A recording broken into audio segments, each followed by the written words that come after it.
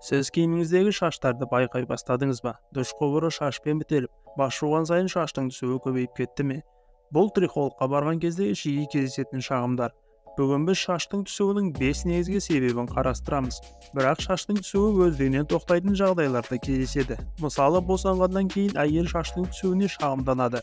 Бірақ шаштың түсуі әдетте 6 ай ішінде тоқтайды. Созылмалы шаш түсуі 6 айдан астам уақытқа созылады. Мұндай шаш түсуінің негізгі себептері қандай? Анемия. Біріншіден, гемоглобин оттегіні тасымалдайды. Ол тез өсіп келе жатқан тіндер үшін өте маңызды. Бірақ гемоглобинді тексеру жеткіліксіз, оның мөлшері қалыпты болуы мүмкін. Бірақ құрамындағы темір қорының мөлшері өте төмен болады. Темір тапшылығын болдырмау үшін қандағы ферритин мен трансферин мөлшерін тексеру қажет. Қалқанша безінің гормондарының теңгерімсіздігі. Қалқанша безінің гормондарының жетіспеушілігімен шаш бірте-бірте жұқарады, күңгірттенеді және түсе бастайды. Оның үстіне тек бастағы шаштар ғана емес, бастардың шеттері де түсуі мүмкін. Мәселе мынада: қалқанша безінің гормондарының жетіспеушілігімен шаштың шаш түсу фазасына ерте ауысуы орын алады. Бұл 30 жаста зейнетке шыққандай. Созылмалы стресс.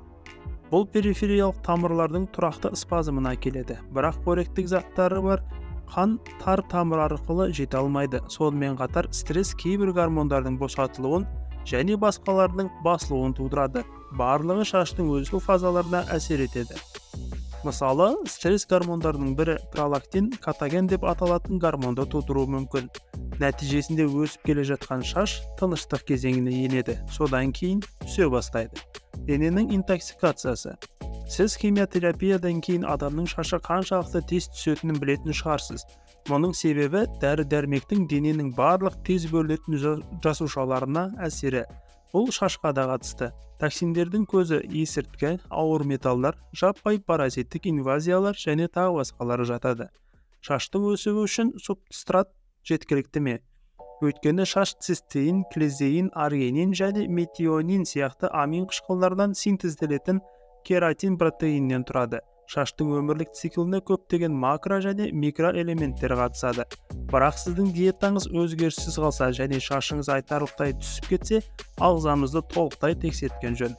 Қоректік заттардың сіңуіне кедергі келтіретін немесе олардың шамадан тыс жоғалуына әкелетін ауруды болдырмау маңызды.